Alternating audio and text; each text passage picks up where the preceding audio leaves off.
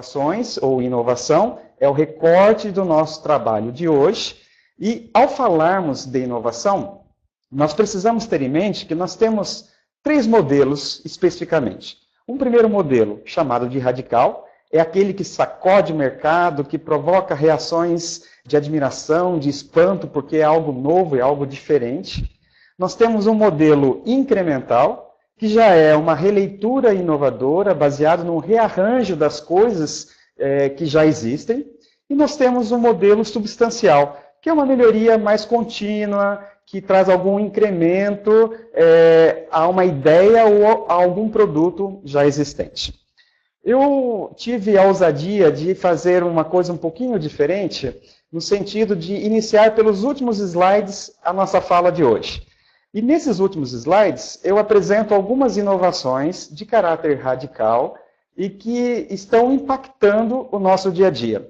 E eu gostaria de dialogar um pouquinho com vocês sobre essas inovações radicais e o que está por trás dessas inovações radicais, a fim de que a gente possa fazer uma síntese e chegar um pouco mais perto daquilo que realmente está trazendo alguma inovação ou pode trazer alguma inovação ao nosso processo educativo.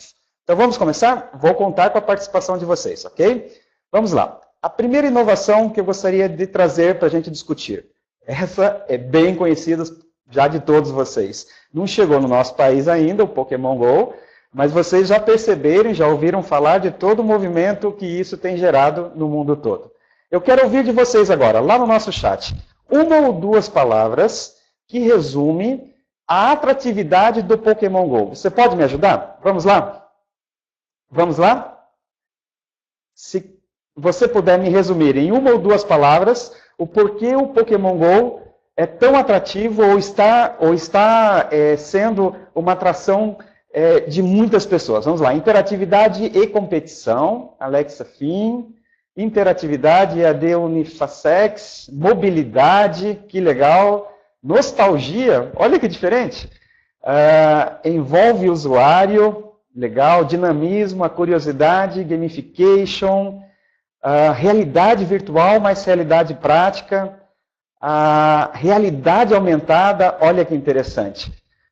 Todos são atributos do Pokémon GO. Vamos passar para mais uma? Eu acho que vocês podem me ajudar também. Vamos lá. Vamos para o próximo. Candy Crush. Já não é tão novidade, mas continua sendo viciante para muitos aí que a gente sabe. Por que o Candy Crush é tão atrativo? Me ajudem lá, vamos lá. Novamente. Vamos ver o que vai sair. Realismo, inclusão de residentes. Opa, tem gente aqui já com vício. Olha aí, vício. Muito bem, Guilherme. Desafios, Rafaela, legal. Desafio em níveis. Gostei disso, hein? Teve um que já cansou já do Candy Crush. Até porque ele não acaba, né? É verdade. Ele compartilha a experiência com outros usuários. Interessante também. Muito legal. Lupe de Londrina. Vamos para o próximo. Mais um. Vamos lá. Twitter. Vamos lá. Por que o Twitter é atrativo à nossa juventude? Vamos lá. Rapidez, legal. Notícias, curto e direto, show. Voz ampla, atualização em tempo real, interação mundial, show de bola. Rapidez, instantâneo, ideia, síntese, Rogério Cardoso, show de bola. Vocês estão ajudando bastante. Vamos para o próximo. Um muito comum também, Facebook. Por que Facebook é tão atrativo? Vamos lá. Vamos começar a ver o que vai chegar. Rede, André de Paula. O compartilhamento, Mari. Bom demais, Alexa. Show de bola. Vitrine, o Hugo falou. Exposição de ideias, HCL. Rede, Emily. Interação, Rafaela. Compartilhamento, Luciano. Facilidade de contato, Márcio. Levanta o ego, olha aí. Show de bola. Vamos para mais um? Vamos lá, mais uma novidade. Essa vocês vão gostar também. Instagram. Por que Instagram é tão atrativo para a nossa juventude? Nossa moçada. Marketing. Isaac. Vamos lá. Visual. André de Paula. Muito bom. Ego inflado. Tem de tudo aqui. Sem necessidade de vocabulário, olha que legal. Uma imagem vale mais que 1000 palavras, Deia. Linguagem visual, imagem, Aline, show. Autoestima, Ana Lúcia. O compartilhamento, Fátima. Beleza, vamos para mais um? Esse vocês vão gostar também. Snapchat. Vamos lá? Por que Snapchat é tão atrativo? Tipo de comunicação diferente, Roger. Legal. Rapidez, Mari. Elane também com rapidez. 10 segundos somente, Weiner. Show de bola. Galera unida, rápido. Fofoca sem arrependimento. O máximo é essa, hein, Hugo? Muito bom. Posso ser 1000 pessoas. Lilian, Adriana. Legal. Imediatismo, Aline. Muito bom. Vamos para mais um? O último de hoje. Ao menos de agora. WhatsApp. Por que o WhatsApp é tão atrativo? Aliás, se a gente ficar sem o WhatsApp aí 2, 3 horas, é uma loucura em nosso país. Rapidez, milagre, o Guilherme falou, uma conexão rápida, Sandra, grupos, Maurício, flecha, Marinete, relacionamento, Luciano, uma conexão rápida, Násio, gratuidade, Hugo, a comunicabilidade, olha que interessante, solução rápida para alguns problemas, um contato direto, fácil comunicação. Muito, muito bom. Guardem tudo isso que nós colocamos sobre todos esses itens que nós vamos retomar essa discussão, ok? Vamos fazer um pause aqui agora. E agora, então, nós vamos entrar no nosso foco central da nossa discussão, que diz respeito aos processos de ensino e aprendizagem. Toda vez que eu queira discutir os processos de ensino e aprendizagem no mundo atual que nós vivemos, nós precisamos mudar um pouquinho a ótica. Eu já tenho aí 25 anos de educação, e durante muito tempo, quando nós queríamos discutir sobre o processo de ensino e aprendizagem, nós nos remetíamos a um olhar do professor. No século XXI, essa lógica é invertida. Necessariamente, se eu quiser discutir ensino e aprendizagem, eu preciso ter um olhar, fazer o exercício de um olhar sobre a ótica do aluno. E isso é um processo novo, isso é um processo bastante delicado, sobretudo para os profissionais da educação, que já têm algum tempo já de estrada. Nessa perspectiva, eu faço a seguinte pergunta: quem é o aluno de hoje? Quem é o aluno que nós temos em nossa mão? Isso é imprescindível para que nós possamos discutir novos conceitos de educação em tempos de inovação. Veja, nós vivemos a evolução das gerações. Nessa evolução das gerações, nós sabemos que tem vários escopos, mas de maneira geral, o escopo que nós aqui temos é o escopo mais aceitável. Dentro do ensino superior, ou dentro da educação hoje, a grande massa de alunos que nós temos fazem parte da geração Y e Z, que vai da década aí de 1980 até 2010, e na educação básica, nós passamos a receber agora a geração alfa, que é a última geração que está chegando aí, ok? Vamos lá. Dentro de um esquema de imagem, se nós pudéssemos fazer uma analogia das gerações X, Y, Z, a X eu faço parte, nós poderíamos dizer que a geração X representa a televisão, a geração Y, nosso computador, e a geração Z, os devices móveis, se nós pudéssemos fazer uma analogia. Nessa perspectiva, o alunado que nós atendemos no dia de hoje é um aluno chamado de nativo digital. Quem é esse cara nativo digital?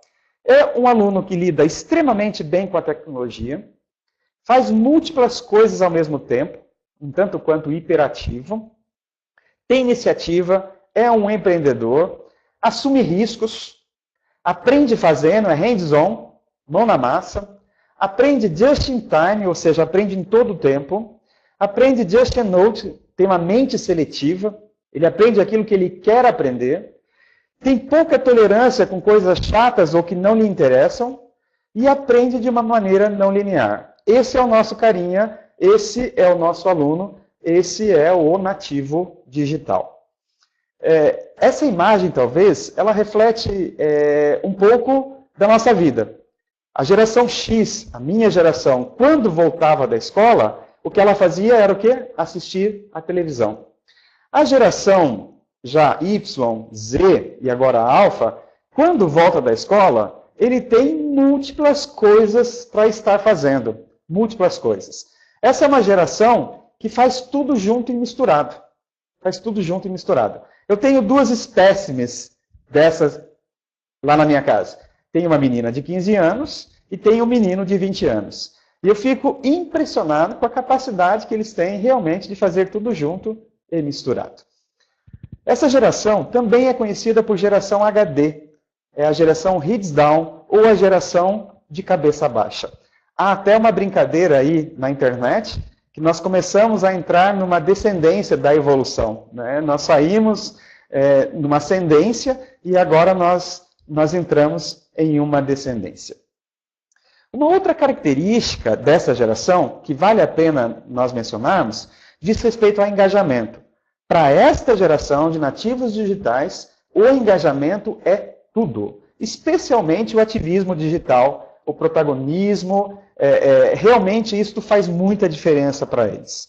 Eu separei 2 exemplares aqui para que a gente possa exemplificar a fala do ativismo. Veja, aqui nós temos a Isadora, de Florianópolis, uma menina que há 2 ou 3 anos atrás abriu um blog dentro do Facebook chamado Diário de Classe, com mais de 700 mil seguidores hoje. Isso é um volume imenso, imenso, e aonde ela relatava o dia a dia de sua escola. Eu estou na gestão de educação básica e ensino superior há 23 anos. E eu confesso que eu teria muita dificuldade de trabalhar com um aluno com uma exposição desse tamanho do nosso dia a dia da escola. E ninguém aqui está livre disso. Nosso dia a dia, hoje, é muito comum nós termos uma viralização de algo que está acontecendo dentro de nossa instituição.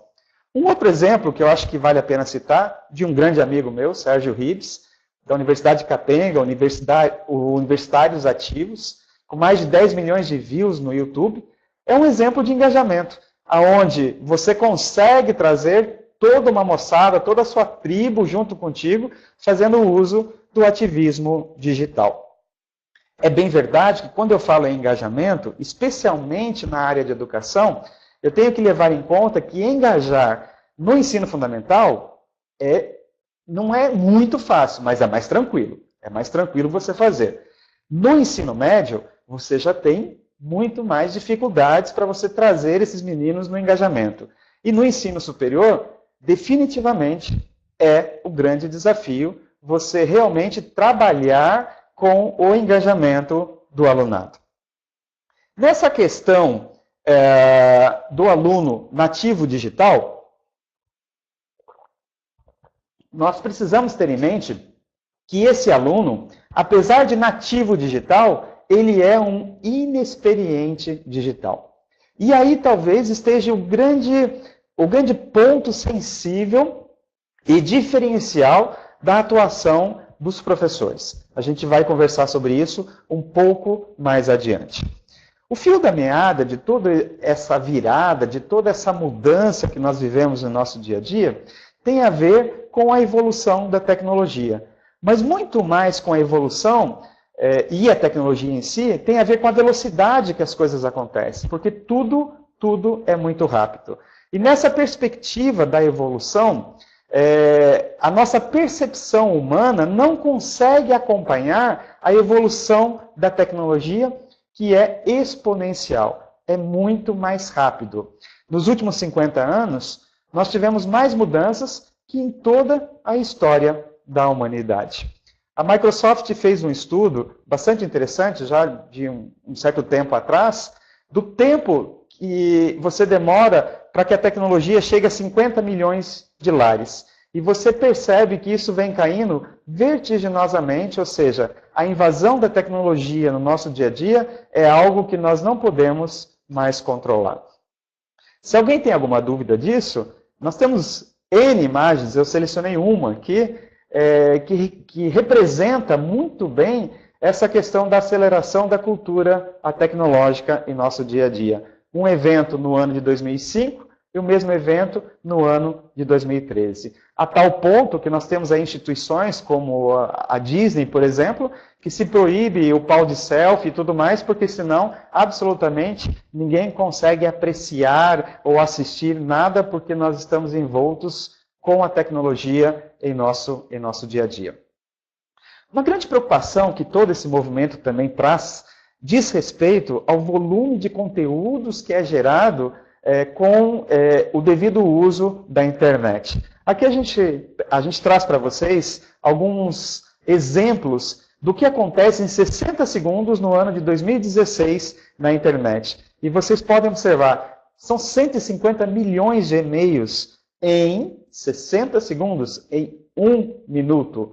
Nós estamos falando em 527 mil fotos que são compartilhadas no Snapchat em 60 segundos. Nós estamos falando em 38 mil imagens no Instagram, em 347 mil Twitters, em mais de 200 mil vendas no Amazon.com. Até nos matches, são mais de 972 mil matches no Tinder. Acho que o povo está se encontrando aí, né? A gente vai resolver um pouco esse problema de carência. Tá aí a tecnologia nos ajudando. O Spotify, que é uma coisa mais nova, né? São 38 mil horas de músicas no Spotify em 60 segundos. Veja que isso é um movimento muito grande de conteúdos girando num curtíssimo espaço de tempo nesse ano de 2016. Essa preocupação com a quantidade de conteúdo que gira é uma preocupação muito pertinente, porque ela traz um outro problema que diz respeito à gestão de conteúdos que vamos discutir logo mais adiante. Só ainda para nós fazermos uma consolidação dessa informação, nós temos ferramentas novas aí chegando, como a internet das coisas, o iCloud, ou a nuvem, Big Data, que certamente vão trazer ainda uma avalanche maior de informações do que aquilo que nós já temos no dia a dia de hoje. Bem, e como fica essa gestão de conteúdos? Essa é a grande preocupação. Veja, a informação disponível aumenta exponencialmente. Ali está um gráfico daquilo que é previsto até o ano de 2020. A capacidade analítica que nós temos não acompanha. E aí isto gera um certo gap, ou seja, uma carência de conhecimento nessa tentativa de acompanhar. Porque com esse volume de informações, eu preciso filtrar, preciso fazer uma captura, preciso processar e armazenar. E eu começo a ter essa carência de conhecimento por não acompanhar a minha capacidade de análise com a informação que está disponível. E aí, esse é o grande problema que nós temos hoje, por exemplo, na educação. A gestão de conteúdos, até pouco tempo atrás, era feita pelo professor. O professor detinha o conhecimento, o professor detinha a informação, ele selecionava esse conteúdo, ele trazia esse conteúdo para dentro de sala de aula para trabalhar com seus alunos. O problema é que essa gestão de conteúdos não é mais dele. Ele não tem mais nas mãos essa gestão de conteúdo. Para qualquer assunto que você queira dar aula hoje, você tem todo esse conteúdo, essa gama de conteúdos disponível na internet e possivelmente melhor do que você vai trazer. E com toda certeza, nós também vamos ter um aluno dentro da minha sala de aula que sabe mais daquele assunto que eu. Isso trouxe um grande ponto de interrogação para a nossa atividade docente. Vale nós discutirmos aqui um pouco de gestão do conhecimento, que as organizações 2.0, elas tinham a preocupação da produção de conteúdo para atender um consumidor que consumia aquele conteúdo que você produzia. Nas organizações 3.0, nós já trabalhamos de uma forma diferente, porque esse cliente que consome, ele também fornece. E aí, as organizações que estão já no nível 3.0 já precisam se preocupar com a gestão de curadoria. É um processo diferente, eu vou falar sobre isso um pouquinho mais à frente. A necessidade de se pensar uma gestão de curadoria para esta gestão de conteúdos, ok? Nesse movimento todo que nós discutimos até aqui, parece que a educação é um mundo à parte. Parece que a educação não consegue sintonizar com tudo isso, com os aplicativos que nós falamos lá no início, com esse volume de informações, com tudo que está acontecendo na evolução, na tecnologia, e a educação não consegue conversar com isso. Max Geringer, ele diz com muita propriedade que a grande dificuldade é que as escolas estão no século XIX, os professores estão no século XX e os alunos estão no século XXI. Daí nós temos um gap aí de pelo menos 2 séculos, de pelo menos 200 anos, entre ou dentro do processo educativo. Se fôssemos talvez fazer uma analogia, nós pudéssemos dizer que nós temos professores 1.0 para alunos 3.0. E aí nós temos um gap muito grande para nós trabalharmos os processos educativos. Há um outro movimento que vale a pena nós conversarmos um pouquinho, porque interfere diretamente no nosso exercício da docência, que diz respeito ao autodidatismo, que vai trazer uma discussão não mais de pedagogia, mas de eutagogia. Tá? Por quê? Porque na eutagogia, o aluno escolhe o conteúdo e escolhe o método. O aluno escolhe aquilo que ele quer aprender e escolhe como ele quer aprender. E isto é um movimento bastante novo e que nós precisamos realmente ter um tempo de parar, de estudar, de investigar, para nós realmente termos uma visão de quais seriam as melhores metodologias no atendimento a esse novo perfil do autodidatismo. Essas questões todas trazem para a gente uma imagem de exercício da docência não mais como um único trilho. Eu gosto muito dessa imagem porque ela traduz exatamente aquilo que eu penso do que é hoje a docência. São múltiplos caminhos, múltiplas possibilidades e múltiplas oportunidades. Apesar de ficar mais complexo, de exigir mais de cada um de nós, que temos que estudar, que temos que conhecer melhor o perfil de nosso aluno, nós também temos muito mais oportunidades para chegar até o nosso aluno.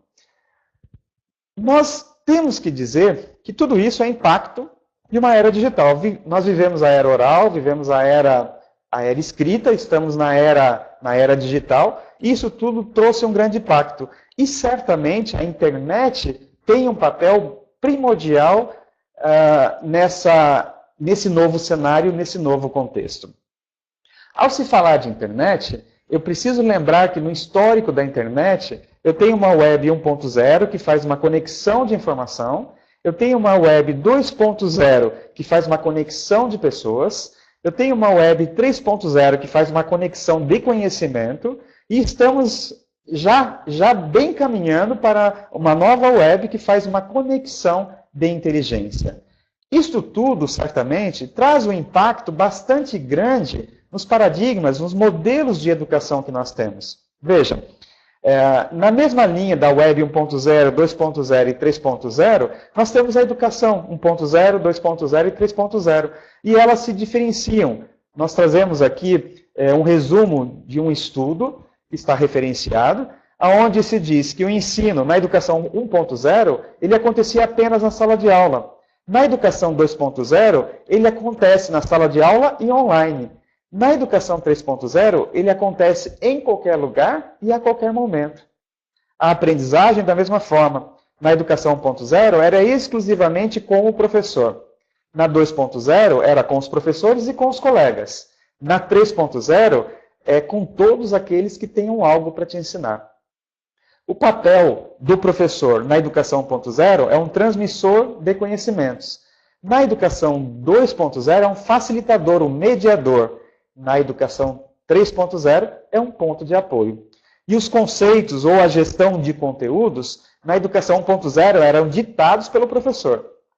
Na educação 2.0, eram construídos socialmente. E na educação 3.0, é dentro de um contexto reinventado. Veja que nós temos um impacto bastante grande nos paradigmas da educação.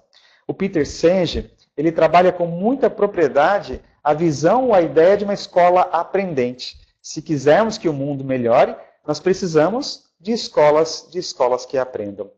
E quando eu falo em aprendizagem, eu preciso lembrar que aprender é se tornar capaz de fazer aquilo que antes não se conseguia fazer. Isso é diferente de ficar sabendo, de tomar conhecimento, de receber e reter. É transformação, é se tornar capaz de fazer algo que antes você não conseguia fazer. Nos remetendo ainda a Peter Senge, no momento que ele discute uma organização aprendente, uma organização inteligente, Eu preciso ter em mente que as minhas instituições elas precisam saber produzir conhecimento, saber mobilizar conhecimento, produzir dinâmicas transformacionais e gerar ressonância no seu âmbito de influência. E nessa visão, nessa mudança sistêmicas nas escolas e nas instituições de ensino superior, nós temos no centro aprendentes motivados e com amplo acesso a todos os elementos do sistema, com uma visão estratégica pedagógica, com uma comunidade envolvida, com recursos de aprendizagem desafiadores, ambientes de aprendizagem formais e informais, com profissionais engajados e com uma liderança, e eu vou falar sobre a liderança um pouco mais ao final, que realmente é inspiradora, faz a coisa acontecer. Fundamental para esse processo. Nessa perspectiva, a aprendizagem do aluno será sempre o centro do processo, alicerçada por uma visão de educação da instituição, por uma visão de aprendizagem e a visão do aluno. E nós elencamos aqui 3 estratégias que, na atualidade, nós consideramos essenciais para uma mudança de paradigma na educação. O primeiro dele, um currículo baseado em competências, bastante trabalhado já com o Enem, bastante trabalhado com o ENAD, instrumentos, avaliadores, indicadores, vão trabalhar bastante com as competências e habilidades. Segundo dele, metodologias ativas de aprendizagem. E terceiro, a implementação das tecnologias e processos inovadores. Na junção desses 3 processos, nós vamos ter uma chance muito maior de sucesso ao atendimento a esse novo contexto, a esse novo cenário educativo que nós temos no dia de hoje. São novos movimentos. Movimentos de aprender, de transformar, de ensinar e de conectar. E aí, então, buscando aquele conceito lá do início de inovação que nós trabalhamos, agora nós podemos discutir um pouquinho sobre inovação educativa, que seria um conjunto de intervenções, decisões e processos com certo grau de intencionalidade e sistematização e que tratam de modificar atitudes, ideias, culturas, os conteúdos, modelos e as práticas pedagógicas. Eu gosto muito de pensar que no passado a necessidade levava à inovação. Agora é a inovação que leva à necessidade. Principalmente a inovação das tecnologias. O advento das tecnologias ao nosso dia a dia, o cotidiano, ele trouxe a necessidade de nós repensarmos o papel do nosso professor, a sala de aula, o processo educativo, ou seja, é uma inovação que realmente criou uma necessidade de nós pensarmos o nosso processo educativo de uma maneira diferente. E por que fazer a integração de tecnologia e a educação? Há uma ampla aceitação, nós temos uma sociedade cada vez mais tecnológica, as novas gerações estão imersas na tecnologia, e as tecnologias podem se tornar um forte agente de mudança das muitas práticas educativas, de um ensino que é centrado no professor para um ensino centrado no aluno, de um ensino que é transmissivo para um ensino que é trabalhado a partir do desenvolvimento de competências. É importante que se diga que, ao se falar em tecnologias, usar é diferente de integrar. Quando eu falo de uso, eu estou falando de baixo nível, que é apenas buscar informações. Quando eu falo de integração, eu estou falando de alto nível. Significa elaborar, recolher, interpretar dados para projetar, resolver problemas. E aí eu vou entrar dentro de um escalonamento de níveis que vai da substituição para a ampliação e a transformação. Veja, há muitas formas de se fazer a integração das tecnologias aos processos de ensino e aprendizagem. Elencamos aqui as 3 principais. Aprendizagem através das tecnologias, aprendizagem acerca das tecnologias e aprendizagem com as tecnologias. O através, acerca e com as tecnologias. É importante ainda que se diga que um dos problemas mais comuns do uso das tecnologias nos ambientes educativos é basear as nossas escolhas em cima das possibilidades tecnológicas em vez de necessidades. Vou explicar isso um pouquinho melhor. Eu tenho um aplicativo, eu tenho uma tecnologia que é muito legal. E aí, pelas possibilidades que ela me dá, eu resolvo fazer a integração dela ao meu processo educativo. E isto pode te levar a fazer uma falsa integração das tecnologias. Normalmente, eu devo procurar fazer o uso das tecnologias a partir da minha necessidade educacional. O meu processo de aprendizagem está pedindo um recurso diferente. O meu aluno está pedindo um recurso diferente para esse conteúdo. Esse conteúdo favorece o uso. Desta forma, eu vou ter melhores chances de realmente fazer uma verdadeira integração das tecnologias ao meu processo educativo. A educação digital é saber quando e como usar a tecnologia e também quando não usar. Porque a tecnologia não é para tudo. Há muitos momentos que ela não é para ser usada. E a educação digital tem que me preparar para fazer as devidas escolhas. Porque os recursos que eu tenho são dos mais variados possíveis. Aqui tem alguns recursos educativos mais comuns aí de uso no nosso dia a dia. Tem uma outra tela aí cheia de recursos que você poderia usar, e nós poderíamos trabalhar aqui N aplicativos de formas diferenciadas. O que faz a diferença das escolhas que eu vou fazer tem a ver com as necessidades educacionais que eu tenho. E eu não posso esquecer de contemplar esses 4 eixos. Esses 4 eixos são fundamentais. O meu professor, ele precisa trabalhar a formação do meu professor, eu preciso estar trabalhando a capacitação dele, eu preciso lembrar que boa parte dos meus professores são analógicos, eles não são digitais, então eles naturalmente vão ter uma diferença para fazer o acompanhamento de um novo processo com o uso das tecnologias, e se eu não tiver esse cuidado especial, todo e qualquer processo de integração das tecnologias eu posso fazer com muita deficiência. Preciso saber quem é meu aluno, preciso conhecer o perfil do meu aluno, preciso saber o interesse do meu aluno, preciso olhar a ótica do meu aluno para o processo educativo. Preciso cuidar com o método pedagógico. Quais são os métodos que eu vou fazer o uso? O que eu vou buscar? E preciso pensar também na inovação e na tecnologia que eu vou fazer uso. A grande verdade é que novos tempos, os novos problemas exigem novas maneiras de pensar, mas também trazem para a gente novas oportunidades. E esse é o ponto que nós temos que fazer a exploração. E aqui eu queria trazer para vocês um ponto que eu considero crucial. Já trabalhando há 23 anos com gestão, tenho percebido cada dia mais a importância da liderança na mudança desses processos. Mola propulsora. E o papel de gerir, o papel de gestar é exatamente este: é criar, é conceber, é gerar, é engendrar. Esse é o papel do gestor. Esse é o papel da liderança para que realmente nós possamos alcançar as mudanças necessárias nesse novo contexto educativo. A competência do gestor, a competência da liderança é a ponte que permite essa passagem entre aquilo que se é e aquilo que se propõe a ser. Veja, a mudança é um processo que exige decisão, persistência, disciplina e aprendizado contínuo. Essas coisas não podem acontecer sem uma liderança envolvida. E aí nós temos, então, as tendências, né? Uma tendência de conectividade de acesso, uma tendência de mobilidade e convergência, de colaboração e de interação e de inteligência coletiva. Essas tendências estão bem representadas em vários estudos que vocês têm. Alguns a gente está colocando aqui como exemplo para vocês, elementos da sala de aula do século XXI. Existem os estudos do NMC, o Horizon, muito interessantes e que valem ser pesquisados por todos vocês. Esse é material aberto que está à disposição de todos.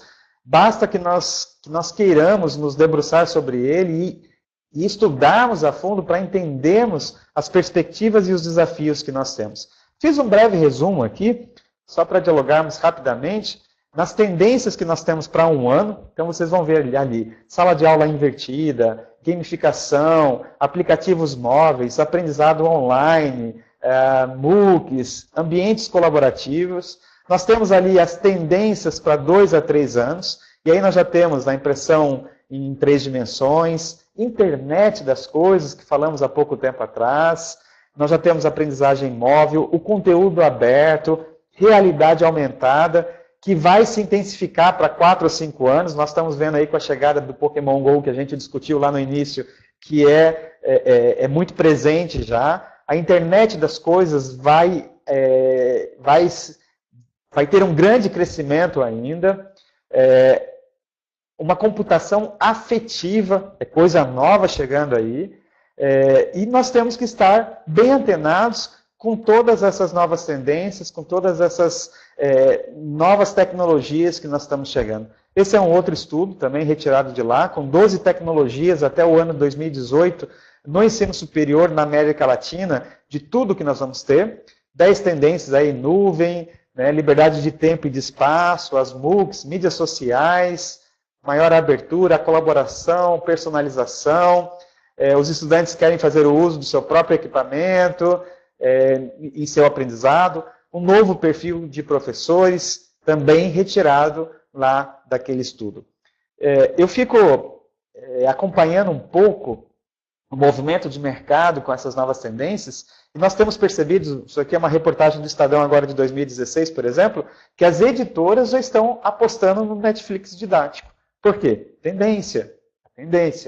E estão ligadas e saindo na frente e fazendo a sua aposta em um mercado que certamente vai ser diferenciado. Essa é uma reportagem que saiu essa semana na Folha de São Paulo e no UOL Educação, dia 29 de julho agora. Educação no futuro será portátil, personalizada e onipresente. Algumas características que já tínhamos na educação à distância e que estão sendo trazidas para a educação presencial e que vão fazer a diferença absolutamente no contexto educativo. E aí eu queria voltar um pouquinho da nossa brincadeira lá no início. Eu disse que eu comecei por aquilo que eu ia terminar. E aí vamos aqui só fazer algumas considerações em cima, inclusive, daquilo que vocês mesmos falaram.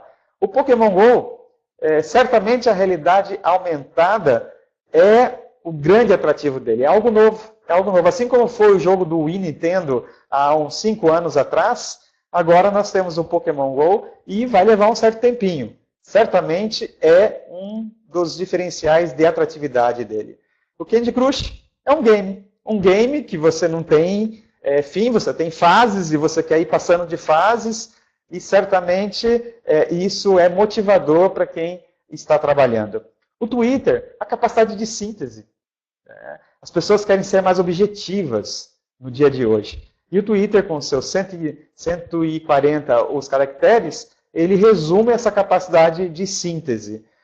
Facebook, significado e contexto. Você é capaz de ficar horas no Facebook, por quê? Porque tudo que está ali traz algum significado para você. São de pessoas que você conhece, são seus amigos, são coisas que estão acontecendo com os seus amigos, às vezes até com os inimigos, mas que você quer saber também, não é? Mas ele tem significado para você. É um contexto que traz um diferencial para você. O Instagram, imagem. Nós vivemos numa civilização, agora no século XXI, extremamente imagética. Tudo que você busca é fazer a consolidação em cima de uma imagem, a retenção é muito maior. Se vocês perceberam, toda a nossa sequência de slide que nós trabalhamos hoje tem pouquíssimo texto. E mais voltado para uma discussão imagética. Não é? O Snapchat, just in time, just a note. É rapidinho, 10 segundos, 24 horas, é aquilo que está ali, amanhã é outra coisa. E aí, automaticamente, isso realmente chama muito essa moçada. WhatsApp, interação. Essa possibilidade da interação de uma forma rápida, de uma forma livre, grupos e tudo mais, você realmente traz uma imersão maior e um grupo maior das pessoas para dentro do aplicativo. Se eu juntar todas essas características que a gente colocou aqui, olha que legal. Realidade aumentada, gamification, just in time, just a note, sínteses, significados e contextos, imagem e interação. E eu disser para você que se você conseguir colocar isso dentro do seu processo educativo, você é o cara, seu aluno vai ser um aluno fiel, feliz, aprendendo muito e vai estar contigo até o final. Está aí. Nós estamos tirando de coisas do nosso dia a dia as características que podem fazer um bom processo educativo em nosso dia a dia. A grande verdade é que nós não sabemos todas as respostas, mas sabemos o suficiente para iniciar as mudanças. A Roper Educação, a instituição que promove esse webinar, tem trabalhado já ao longo de seu tempo e de sua história muitas consultorias em torno de metodologias ativas de aprendizagem, em torno de integrações de tecnologias, consultorias presenciais e que a gente tem a oportunidade de fazer trocas e aprender juntamente a todos vocês. Mas preocupado especialmente com a formação de liderança que possa trabalhar como multiplicadores dentro de suas instituições e percebendo uma demanda bastante grande nesse processo, estamos lançando agora no segundo semestre um programa de formação chamado Multiplicadores, uma capacitação de gestores em projetos educacionais inovadores que vai se preocupar com ferramentas tecnológicas, com aprendizagem híbrida, com inovações metodológicas e com a inclusão educacional. São projetos que vão favorecer o protagonismo, que vão trabalhar com a curadoria de conteúdos, selecionando aquilo de melhor que nós temos hoje na grande rede e trazendo isso à sua disposição para que você possa trabalhar com seus programas de formação junto à sua instituição, fazendo a formação de novas lideranças inovadoras e trabalhando na prática de acordo com o seu contexto. Olhando para o seu processo pedagógico, para o seu modelo pedagógico e já trabalhando dentro desse contexto as possibilidades educativas que você tem para essas inovações. Nesse programa nós vamos ter 4 módulos. O primeiro módulo está iniciando agora dia 18 de agosto, diz respeito a metodologias ativas e a integração das tecnologias no processo de ensino e aprendizagem. E aí nós vamos trabalhar muito mais a fundo, porque nós vamos trabalhar ferramentas, nós vamos trabalhar metodologias, vamos trabalhar aplicativos, vamos aprofundar perfis de aluno, para que realmente você possa conhecer um pouco mais desse universo que rapidamente aqui nós estamos discutindo. O segundo módulo, que vai se dar logo a seguir, no mês de setembro, nós vamos trabalhar com acessibilidade pedagógica e a inclusão no ensino superior, fazendo o uso de ferramentas como tecnologias assistivas como diferenciais para os processos inclusivos no seu dia a dia do ensino superior. A seguir, no terceiro módulo, nós vamos trabalhar com práticas pedagógicas inovadoras para os nativos digitais, e aí vamos abordar especificamente a docência online, ambientes virtuais e também gestão de curadoria, que é um processo novo, inovador de gestão de conteúdos, necessário para esse novo momento da educação que nós estamos vivendo.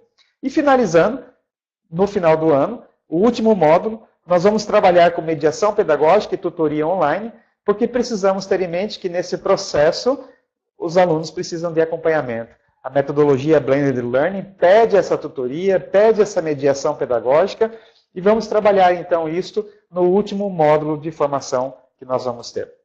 Então aqui nós temos um novo programa de formação, estamos deixando o convite a vocês, que é onde nós vamos realmente mergulhar e aprofundar em todos os temas que rapidamente nós discutimos hoje aqui, para que você realmente possa ter subsídios num trabalho de multiplicação e de formação dentro do seu contexto educativo, dentro da sua instituição educacional. Esse é o trabalho que nós aqui da Roper fazemos e temos um grande orgulho de dizer que a experiência já levantada de todos os nossos consultores nos permite hoje ter uma possibilidade de discutir e também de aprender junto a cada um de vocês. Ok? Nós agradecemos a presença de todos vocês e agora nós vamos abrir aí, nós temos 15 minutinhos, vamos abrir para algumas perguntas. Temos 16 perguntas já para que a gente possa conversar um pouco. Vamos lá? Vamos tentar abrir aqui algumas perguntas.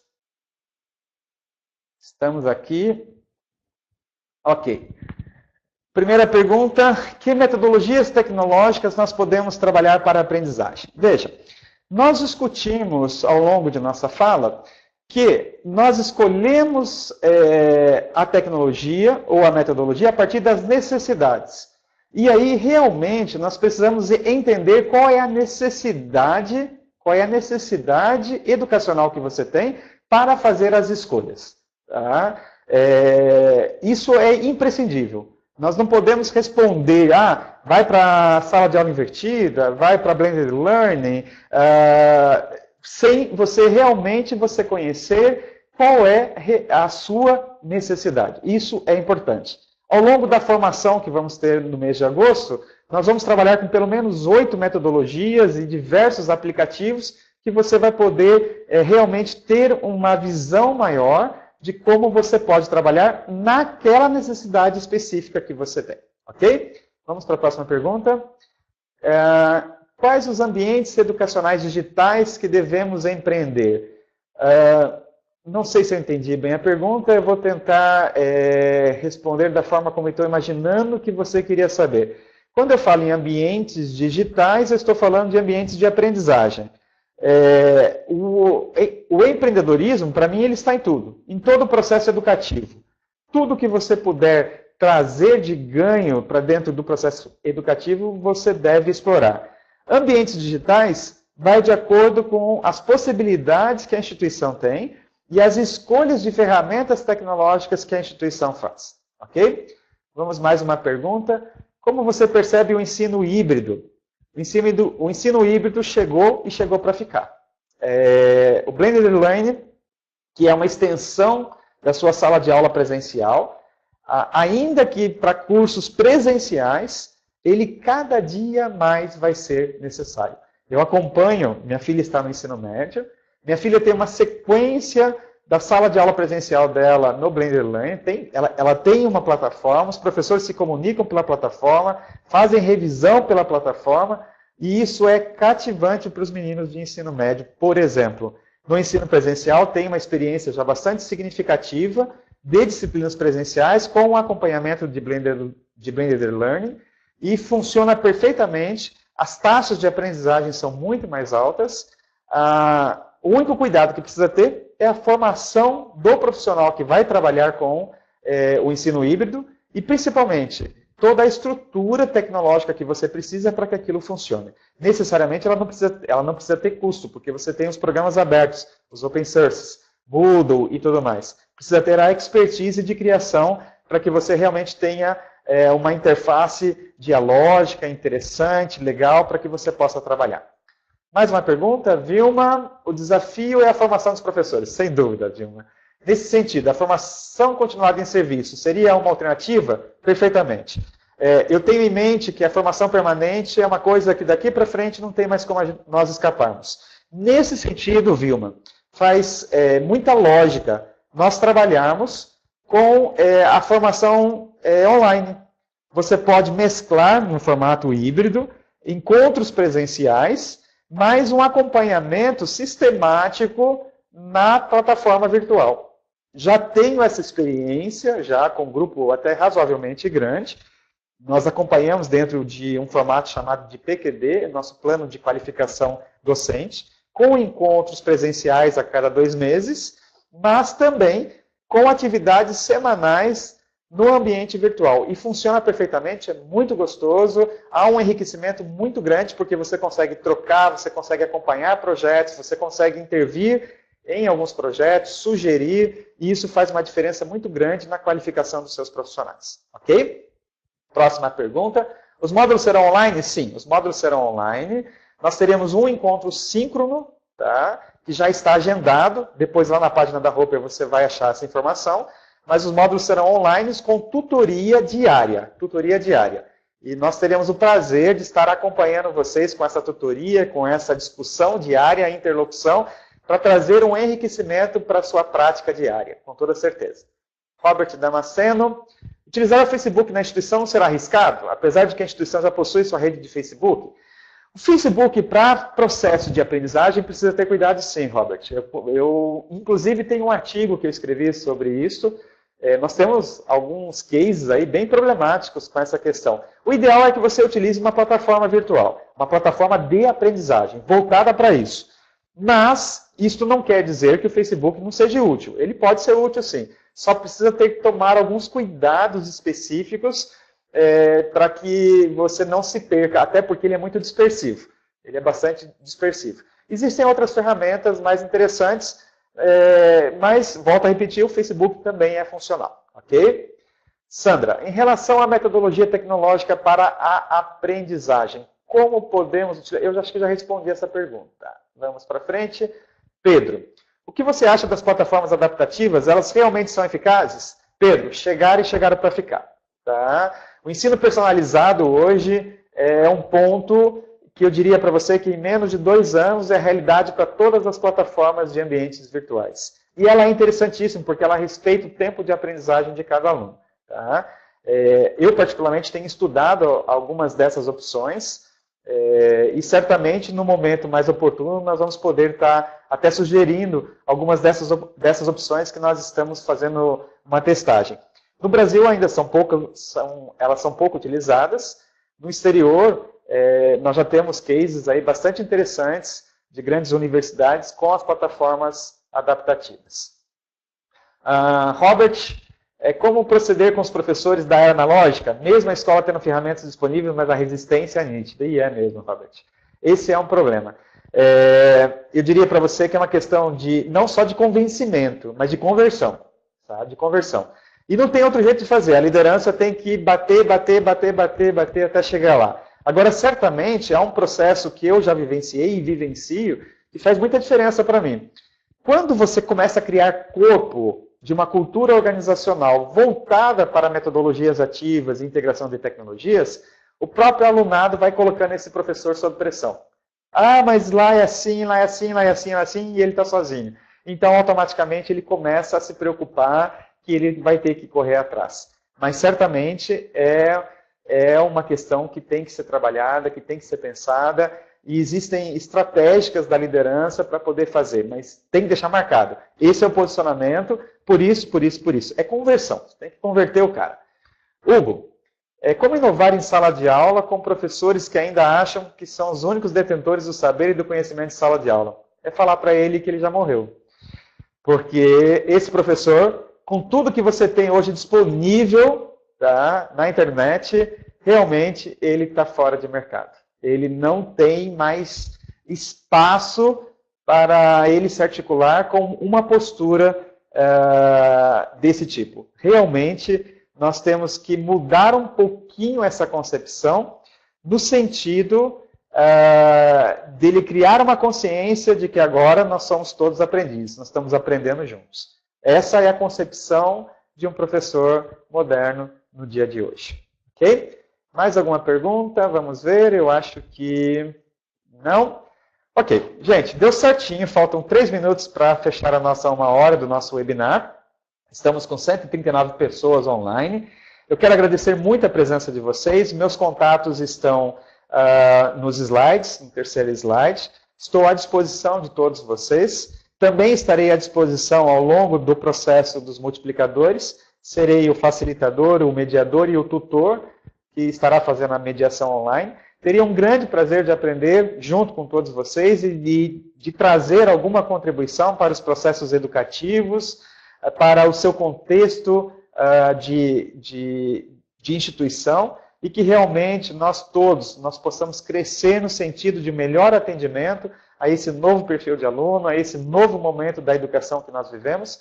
E, particularmente, não vejo um outro caminho. Esse é o caminho que nós temos de hoje para acessar, e essa é a palavra, para acessar o nosso aluno que nós temos no nosso dia a dia.